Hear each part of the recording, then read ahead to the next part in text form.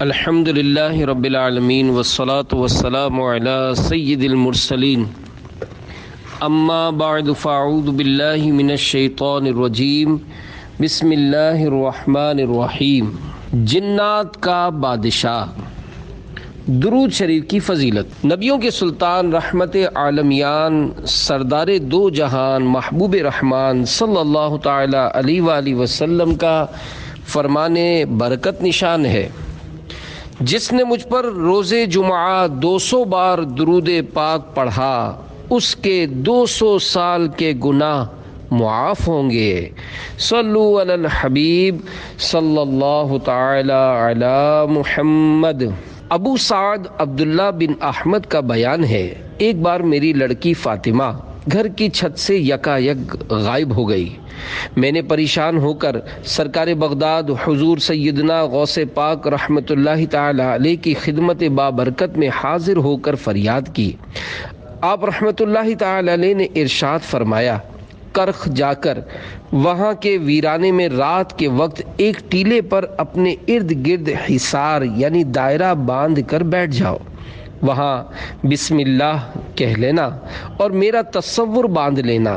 رات کے اندھیرے میں تمہارے ارد گرد جنات کے لشکر گزریں گے، ان کی شکلیں عجیب و غریب ہوں گی، انہیں دیکھ کر ڈرنا نہیں۔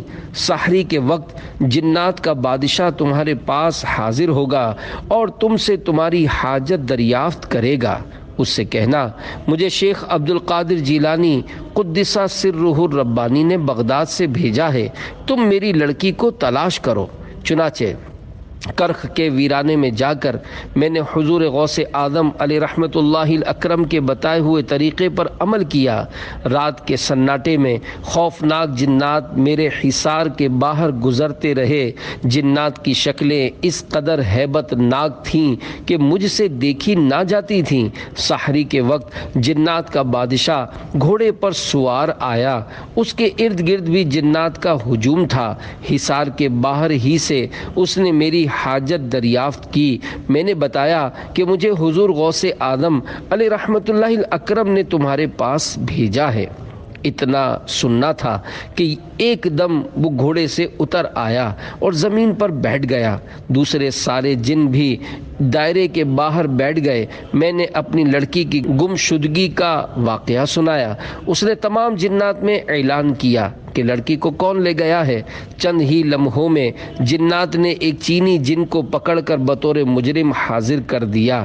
جنات کے بادشاہ نے اس سے پوچھا، قطب وقت حضرت غوث اعظم علیہ رحمت اللہ الاکرم کے شہر سے تم نے لڑکی کیوں اٹھائی؟ وہ کانپتے ہوئے بولا، علی جا، میں دیکھتے ہی اس پر عاشق ہو گیا تھا۔ بادشاہ نے اس چینی جن کی گردن اڑانے کا حکم صادر کیا اور میری پیاری بیٹی میرے سپرد کر دی۔ میں نے جنات کے بادشاہ کا شکریہ ادا کرتے ہوئے کہا، ما شاء اللہ عز وجل، آپ سیدنا غوث اعظم علیہ رحمت اللہ الاکرم کے بے حد چاہنے والے ہیں۔ اس پر وہ بولا، بے شک جب حضور غوث اعظم علیہ رحمت اللہ الاکرم ہماری طرف نظر فرماتے ہیں تو جنات تھر تھر کانپنے لگتے ہیں۔ جب اللہ تبارک و تعالی کسی قطب وقت کا تعین فرماتا ہے تو جن و انس اس کے تابع کر دیے جاتے ہیں۔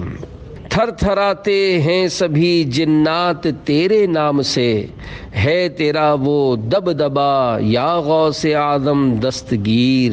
صلو علی الحبیب صلی اللہ تعالی علی محمد۔ نمبر 2، غوث پاک کا دیوانہ۔ سگے مدینہ افیا ان کے آبائی گاؤں کتیانہ گجرات الہند کا ایک واقعہ کسی نے سنایا تھا کہ وہاں ایک غوث پاک کا دیوانہ رہا کرتا تھا جو کہ 11ویں شریف نہایت ہی اہتمام سے مناتا تھا۔ ایک خاص بات اس میں یہ بھی تھی کہ وہ سیدوں کی بے حد تعظیم کرتا۔ ننھے منھے سید زادوں پر شفقت کا یہ حال تھا کہ انہیں اٹھائے اٹھائے پھرتا اور انہیں شیرنی وغیرہ خرید کر پیش کرتا۔ اس دیوانے کا انتقال ہو گیا۔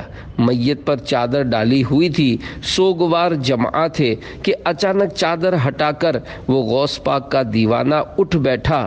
لوگ گھبرا کر بھاگ کھڑے ہوئے۔ اس نے پکار کر کہا، ڈرو مت، سنو تو صحیح۔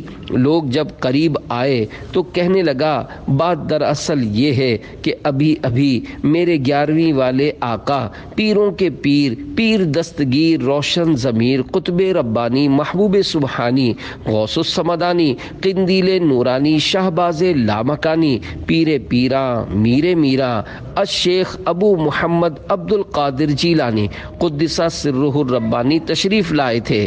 انہوں نے مجھے ٹھوکر لگائی اور فرمایا، ہمارا مرید ہو کر بغیر توبہ کیے مر گیا، اٹھ اور توبہ کر لے۔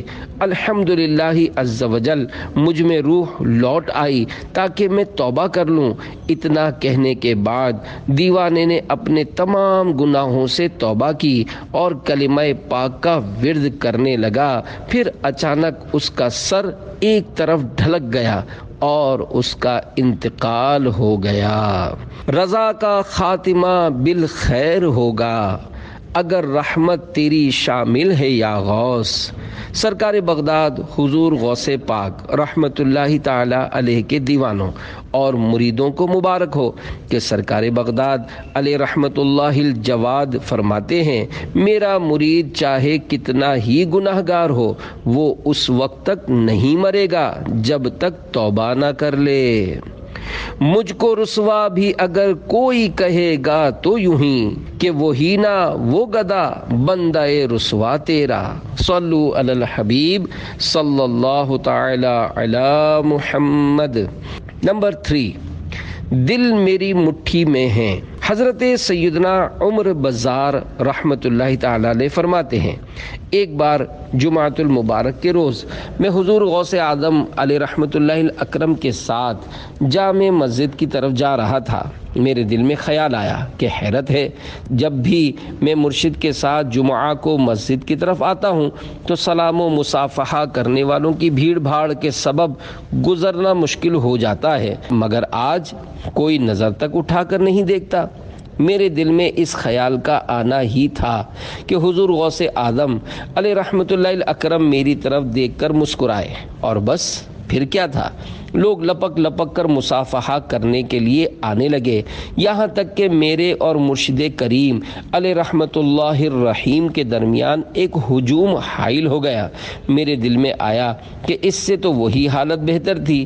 دل میں یہ خیال آتے ہی آپ رحمت اللہ تعالی علیہ نے مجھ سے فرمایا، اے عمر، تم ہی تو ہجوم کے طلبگار تھے، تم جانتے نہیں کہ لوگوں کے دل میری مٹھی میں ہیں، اگر چاہوں تو اپنی طرف مائل کر لوں اور چاہوں تو دور کر دوں۔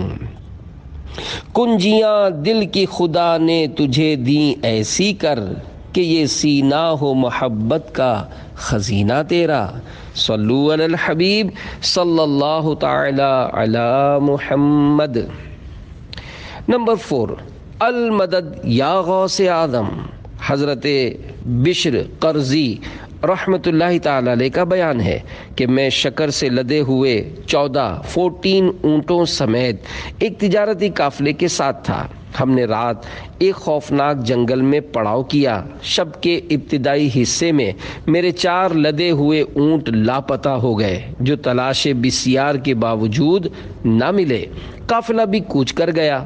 شتربان یعنی اونٹ ہانکنے والا میرے ساتھ رک گیا۔ صبح کے وقت مجھے اچانک یاد آیا کہ میرے پیر و مرشد سرکار بغداد حضور غوث پاک رحمت اللہ تعالی علیہ نے مجھ سے فرمایا تھا، جب بھی تو کسی مصیبت میں مبتلا ہو جائے تو مجھے پکار، انشاءاللہ عز وجل وہ مصیبت جاتی رہے گی۔ چنانچہ میں نے یوں فریاد کی، یا شیخ عبد القادر، میرے اونٹ گم ہو گئے ہیں۔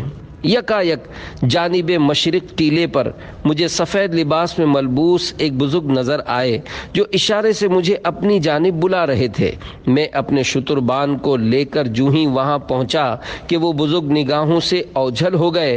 ہم ادھر ادھر حیرت سے دیکھ ہی رہے تھے کہ اچانک وہ چاروں گمشدہ اونٹ ٹیلے کے نیچے بیٹھے ہوئے نظر آئے۔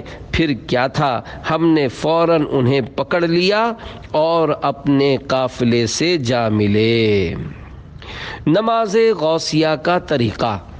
حضرت سیدنا شیخ ابو الحسن علی خباز رحمۃ اللہ تعالی علیہ کو جب گمشدہ اونٹوں والا واقعہ بتایا گیا تو انہوں نے فرمایا کہ مجھے حضرت شیخ ابو القاسم رحمۃ اللہ تعالی علیہ نے بتایا کہ میں نے سیدنا شیخ محی الدین عبد القادر جیلانی قدس سرہ الربانی کو فرماتے سنا ہے، جس نے کسی مصیبت میں مجھ سے فریاد کی وہ مصیبت جاتی رہی، جس نے کسی سختی میں میرا نام پکارا وہ سختی دور ہو گئی، جو میرے وسیلے سے اللہ عز و جل کی بارگاہ میں اپنی حاجت پیش کرے وہ حاجت پوری ہوگی، جو شخص 2 رکعت نفل پڑھے اور ہر رکعت میں الحمد شریف کے بعد قل هو اللہ شریف 11 بار پڑھے، سلام پھیرنے کے بعد سرکار مدینہ صلی اللہ تعالی علیہ وآلہ وسلم پر درود و سلام بھیجے، پھر بغداد شریف کی طرف 11 قدم چل کر پاک و ہند سے بغداد شریف کی سمت مغرب و شمال کی تقریباً بیچوں بیچ ہے، میرا نام پکارے اور اپنی حاجت بیان کرے، انشاء اللہ عز و جل وہ حاجت پوری ہوگی۔ آپ جیسا پیر ہوتے کیا غرض در در پھروں، آپ سے سب کچھ ملا یا غوث اعظم دستگیر۔ صلو علی الحبیب صلی اللہ تعالی علی محمد۔ اللہ کے سوا کسی اور سے مدد مانگنا۔ میٹھے میٹھے اسلامی بھائیوں، ہو سکتا ہے مذکورہ حکایت کے ضمن میں کسی کے ذہن میں یہ وسوسہ آئے کہ اللہ عز و جل کے سوا کسی سے مدد مانگنی ہی نہیں چاہیے، کیونکہ جب اللہ عز و جل مدد کرنے پر قادر ہے تو پھر غوث پاک یا کسی اور بزرگ سے مدد مانگے ہی کیوں؟ جواباً عرض ہے کہ یہ شیطان کا خطرناک ترین وار ہے اور اس طرح وہ نہ جانے کتنے لوگوں کو گمراہ کر دیتا ہے۔ حالانکہ اللہ عز و جل نے کسی غیر سے مدد مانگنے سے منع ہی نہیں فرمایا، بلکہ قرآن کریم میں جگہ بجگہ اللہ عز و جل نے دوسروں سے مدد مانگنے کی اجازت مرحمت فرمائی ہے۔ ہر طرح سے قادر مطلق ہونے کے باوجود بذات خود اپنے بندوں سے دین حق کی مدد کے لیے ترغیب ارشاد فرمائی۔ چنانچہ پارہ 26 سورہ محمد کی آیت نمبر 7 میں ارشاد ہوتا ہے، ان تنصروا اللہ ینصرکم۔ ترجمہ کنز الایمان، اگر تم دین خدا عز و جل کی مدد کرو گے اللہ عز و جل تمہاری مدد کرے گا۔ حضرت عیسیٰ نے دوسروں سے مدد مانگی۔ حضرت سیدنا عیسیٰ روح اللہ علی نبینا علیہ الصلوۃ والسلام نے اپنے حواریوں سے مدد طلب فرمائی۔ چنانچہ پارہ 28 سورۃ الصف کی 14 آیت کریمہ میں ارشاد باری تعالی ہے، قال عیسیٰ ابن مریم للحواریین من انصاری الی اللہ قال الحواریون نحن انصار اللہ۔ ترجمہ کنز الایمان، عیسیٰ علیہ السلام بن مریم رضی اللہ تعالی عنہ نے حواریوں سے کہا تھا، کون ہیں جو اللہ عز و جل کی طرف ہو کر میری مدد کریں؟ حواری بولے، ہم دین خدا عز و جل کے مددگار ہیں۔ حضرت موسیٰ نے بندوں کا سہارا مانگا۔ حضرت سیدنا موسیٰ کلیم اللہ علی نبینا وعلیہ الصلوۃ والسلام کو جب تبلیغ کے لیے فرعون کے پاس جانے کا حکم ہوا تو انہوں نے بندے کی مدد حاصل کرنے کے لیے بارگاہ خداوندی عز و جل میں عرض کی، وَاجْعَلْ لِي وَزِيرًا مِّنْ أَهْلِي هَارُونَ أَخِي اشْدُدْ بِهِ أَزْرِي۔ ترجمہ کنز الایمان، اور میرے لیے میرے گھر والوں میں سے ایک وزیر کر دے۔ وہ کون؟ میرا بھائی ہارون علیہ السلام، اس سے میری کمر مضبوط کر۔ نیک بندے بھی مددگار ہیں۔ پارہ 28 سورۃ التحریم کی چوتھی 4 آیت کریمہ میں ارشاد باری عز وجل ہے، فَإِنَّ اللَّهَ هُوَ مَوْلَاهُ وَجِبْرِيلُ وَصَالِحُ الْمُؤْمِنِينَ وَالْمَلَائِكَةُ بَعْدَ ذَلِكَ ظَهِيرٌ۔ ترجمہ کنز الایمان۔ تو بے شک اللہ عز و جل ان کا مددگار ہے، اور جبریل علیہ السلام اور نیک ایمان والے اور اس کے بعد فرشتے مدد پر ہیں۔ انصار کے معنی مددگار۔ میٹھے میٹھے اسلامی بھائیوں، دیکھا آپ نے قرآن پاک بالکل صاف صاف لفظوں میں ببانگ دہل یہ اعلان کر رہا ہے کہ اللہ عز و جل تو مددگار ہے ہی، مگر بے اذن پروردگار عز و جل ساتھ ہی ساتھ جبریل امین علیہ السلام اور اللہ عز و جل کے مقبول بندے یعنی انبیاء کرام علیہم السلام اور اولیاء عظام رحمہم اللہ تعالی اور فرشتے بھی مددگار ہیں۔ اب تو انشاءاللہ عز و جل یہ وسوسہ جڑ سے کٹ جائے گا کہ اللہ عز و جل کے سوا کوئی مدد کر ہی نہیں سکتا۔ اور مزے کی بات تو یہ ہے کہ جو مسلمان مکہ مکرمہ سے ہجرت کر کے مدینہ منورہ پہنچے وہ مہاجر کہلائے، اور ان کے مددگار انصار کہلائے۔ اور یہ ہر سمجھدار جانتا ہے کہ انصار کے لغوی معنی مددگار ہیں۔ اللہ کرے دل میں اتر جائے میری بات۔ اہل اللہ زندہ ہیں۔ اب شاید شیطان دل میں یہ وسوسہ ڈالے کہ زندوں سے مدد مانگنا تو درست ہے، مگر بعد وفات مدد نہیں مانگنی چاہیے۔ آیت ذیل اور اس کے بعد والے مضمون پر غور فرما لیں گے تو انشاءاللہ عز و جل اس وسوسے کی جڑ بھی کٹ جائے گی۔ چنانچہ پارہ 2 سورۃ البقرہ آیت نمبر 154 میں ارشاد ہوتا ہے، وَلَا تَقُولُوا لِمَن يُقْتَلُ فِي سَبِيلِ اللَّهِ أَمْوَاتٌ بَلْ أَحْيَاءٌ وَلَكِنْ لَا تَشْعُرُونَ۔ ترجمہ کنز الایمان۔ اور جو خدا عز و جل کی راہ میں مارے جائیں انہیں مردہ نہ کہو بلکہ وہ زندہ ہیں، ہاں تمہیں خبر نہیں۔ انبیاء حیات ہیں۔ جب شہداء کی زندگی کا یہ حال ہے تو انبیاء علیہم السلام جو کہ شہیدوں سے مرتبہ و شان میں بالاتفاق اعلیٰ اور برتر ہیں، ان کے حیات یعنی زندہ ہونے میں کیوں کر شبہ کیا جا سکتا ہے؟ حضرت سیدنا امام بہیقی علیہ رحمۃ اللہ القوی نے حیات انبیاء کے بارے میں ایک رسالہ لکھا ہے اور دلائل النبوہ میں فرماتے ہیں کہ انبیاء علیہم السلام شہداء کی طرح اپنے رب عز و جل کے پاس زندہ ہیں۔ اولیاء حیات ہیں۔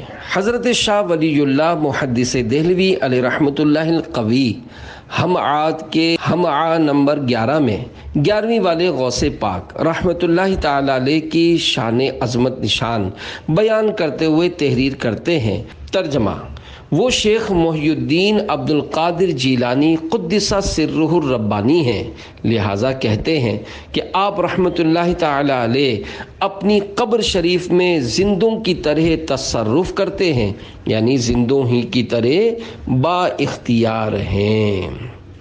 بہرحال انبیاء کرام علیہم السلام اور اولیاء عظام رحمہم اللہ تعالی حیات یعنی زندہ ہوتے ہیں، اور ہم مردوں سے نہیں بلکہ زندوں سے مدد مانگتے ہیں، اور اللہ عز و جل کی عطا سے انہیں حاجت روا اور مشکل کشا مانتے ہیں۔ ہاں، اللہ عز و جل کی عطا کے بغیر کوئی نبی یا ولی ایک ذرہ بھی نہیں دے سکتا، نہ ہی کسی کی مدد کر سکتا ہے۔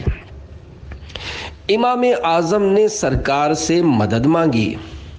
کروڑوں حنفیوں کے پیشوا حضرت سیدنا امام اعظم ابو حنیفہ رضی اللہ تعالی عنہ بارگاہ رسالت صلی اللہ تعالی علیہ وآلہ وسلم میں مدد کی درخواست کرتے ہوئے قصیدہ نعمان میں عرض کرتے ہیں: یا اکرم الثقلین یا کنز الورا جدلی بجودک واردنی برضاک انا طامع بالجود منک لم یکن لأبی حنیفۃ فی الانام سواک. یعنی اے جنوں ان سے بہتر اور نعمت الہی عز و جل کے خزانے، اللہ عز و جل نے جو آپ کو عنایت فرمایا ہے اس میں سے مجھے بھی عطا فرمائیے، اور اللہ عز و جل نے آپ کو جو راضی کیا ہے آپ مجھے بھی راضی فرمائیے. میں آپ کی سخاوت کا امیدوار ہوں، آپ کے سوا ابو حنیفہ کا مخلوق میں کوئی نہیں. صلو علی الحبیب صلی اللہ تعالی علی محمد. امام بوسیری نے مدد مانگی. حضرت سیدنا امام شرف الدین بوسیری رحمۃ اللہ تعالی علیہ اپنے شہرۂ آفاق قصیدہ بردہ میں سرکار مدینہ صلی اللہ تعالی علیہ وآلہ وسلم سے مدد کی درخواست کرتے ہوئے عرض کرتے ہیں: یا اکرم الخلق ما لمن الوذ به سواک عند حلول الحادث العممی. اے تمام مخلوق سے بہتر میرا آپ کے سوا کوئی نہیں جس کی میں پناہ لوں مصیبت کے وقت. امداد اللہ مہاجر مکی رحمۃ اللہ تعالی علیہ اپنے دیوان نالۂ امداد میں عرض گزار ہیں: لگا تکیا گناہوں کا پڑا دن رات سوتا ہوں، مجھے اب خواب غفلت سے جگا دو یا رسول اللہ. صلو علی الحبیب صلی اللہ تعالی علی محمد. نمبر 5، لوٹا قبلہ رخ ہو گیا. ایک بار جیلان شریف کے مشائخ کرام رحمہم اللہ تعالی کا ایک وفد حضور سیدنا غوث اعظم علیہ رحمۃ اللہ اکرم کی خدمت سراپا عظمت میں حاضر ہوا. انہوں نے آپ رحمۃ اللہ تعالی علیہ کے لوٹے شریف کو غیر قبلہ رخ پایا تو اس کی طرف آپ رحمۃ اللہ تعالی علیہ کی توجہ دلائی. اس پر آپ رحمۃ اللہ تعالی علیہ نے اپنے خادم کو جلال بھری نظر سے دیکھا. وہ آپ رحمۃ اللہ تعالی علیہ کے جلال کی تاب نہ لاتے ہوئے ایک دم گرا اور تڑپ تڑپ کر جان دے دی. اب ایک نظر لوٹے پر ڈالی تو وہ خود بخود قبلہ رخ ہو گیا. خدا را مرہم خاک قدم دے، جگر زخمی ہے دل گھائل ہے یا غوث. صلو علی الحبیب صلی اللہ تعالی علی محمد. لوٹا قبلہ رخ رکھا کیجئے. سرکار بغداد حضور غوث پاک رحمت اللہ تعالی علیہ کے دیوانوں، یقیناً محبت کا اعلیٰ درجہ یہی ہے کہ اپنے محبوب کی ہر ادا کو خوش دلی کے ساتھ اپنا لیا جائے. لہذا ہو سکے تو لوٹے کی ٹونٹی ہمیشہ قبلہ رخ رکھا کیجیے. حضور محدث اعظم پاکستان حضرت مولانا سردار احمد صاحب رحمت اللہ تعالی علیہ لوٹے کے علاوہ اپنے نالین مبارکین بھی قبلہ رخ ہی رکھا کرتے. الحمدللہ سگے مدینہ اوفیا عنہ ان دونوں اولیاء کرام رحمہم اللہ تعالی علیہما کی اتباع میں حتی الامکان اپنے لوٹے اور جوتیوں کا رخ قبلے ہی کی طرف رکھتا ہے، بلکہ خواہش یہی ہوتی ہے کہ ہر چیز کا رخ جانب قبلہ رہے. قبلہ رو بیٹھنے والے کی حکایت. میٹھے میٹھے اسلامی بھائیوں، دوسری چیزوں کے ساتھ ساتھ ہمیں اپنا چہرہ بھی ممکنہ صورت میں قبلہ رخ رکھنے کی عادت بنانی چاہیے کہ اس کی برکتیں بے شمار ہیں. چنانچہ حضرت سیدنا امام برہان الدین ابراہیم زرنوجی رحمۃ اللہ تعالی علیہ نقل فرماتے ہیں، 2 طلبہ علم دین حاصل کرنے کے لیے پردیس گئے. دونوں ہم سبق رہے۔ جب چند سالوں کے بعد وطن لوٹے تو ان میں ایک فقیہ یعنی زبردست عالم و مفتی بن چکے تھے، جبکہ دوسرا علم و کمال سے خالی ہی رہا تھا۔ شہر کے علماء کرام رحمہم اللہ السلام نے اس امر پر خوب غور و خوض کیا، دونوں کے حصول علم کے طریقہ کار، انداز تکرار اور اٹھنے بیٹھنے کے اطوار وغیرہ کے بارے میں تحقیق کی تو ایک بات نمایاں طور پر سامنے آئی کہ جو فقیہ بن کر پلٹے تھے ان کا معمول یہ تھا کہ وہ سبق یاد کرتے وقت قبلہ رو بیٹھا کرتے تھے، جبکہ دوسرا جو کہ کورے کا کورا پلٹا تھا وہ قبلے کی طرف پیٹھ کر کے بیٹھنے کا عادی تھا۔ چنانچہ تمام علماء و فقہا رحمہم اللہ تعالی اس بات پر متفق ہوئے کہ یہ خوش نصیب استقبال قبلے یعنی قبلے کی طرف رخ کرنے کے اہتمام کی برکت سے فقیہ بنے، کیونکہ بیٹھتے وقت کعبۃ اللہ شریف کی سمت منہ رکھنا سنت ہے۔ بیت اللہ کریم کے 13 حروف کی نسبت سے قبلہ رخ بیٹھنے کے 13 مدنی پھول۔ سرکار مدینہ سلطان با قرینہ قرار قلب و سینہ فیض گنجینہ صاحب معطر پسینہ صلی اللہ تعالی علیہ وآلہ وسلم عموماً قبلہ رو ہو کر بیٹھتے تھے۔ 3 فرامین مصطفیٰ صلی اللہ تعالی علیہ وآلہ وسلم۔ نمبر 1، مجالس میں سب سے مکرم یعنی عزت والی مجلس یعنی بیٹھک وہ ہے جس میں قبلے کی طرف منہ کیا جائے۔ نمبر 2، ہر شے کے لیے شرف یعنی بزرگی ہے اور مجلس یعنی بیٹھنے کا شرف یہ ہے کہ اس میں قبلے کو منہ کیا جائے۔ نمبر 3، ہر شے کے لیے سرداری ہے اور مجالس کی سرداری اس میں قبلے کو منہ کرنا ہے۔ مبلغ اور مدرس کے لیے دوران بیان و تدریس سنت یہ ہے کہ پیٹھ قبلے کی طرف رکھیں تاکہ ان سے علم کی باتیں سننے والوں کا رخ جانب قبلہ ہو سکے۔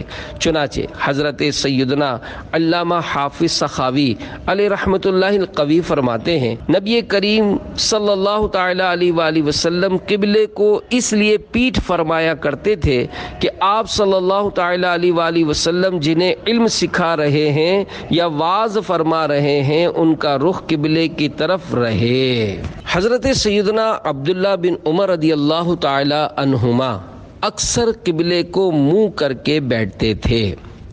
قرآن پاک نیز درس نظامی کے مدرسین کو چاہیے کہ پڑھاتے وقت بنیت اتباع سنت اپنی پیٹھ جانب قبلہ رکھیں تاکہ ممکنہ صورت میں طلبہ کا رخ قبلہ شریف کی طرف رہ سکے اور طلبہ کو قبلہ رخ بیٹھنے کی سنت، حکمت اور نیت بھی بتائیں اور ثواب کے حقدار بنیں۔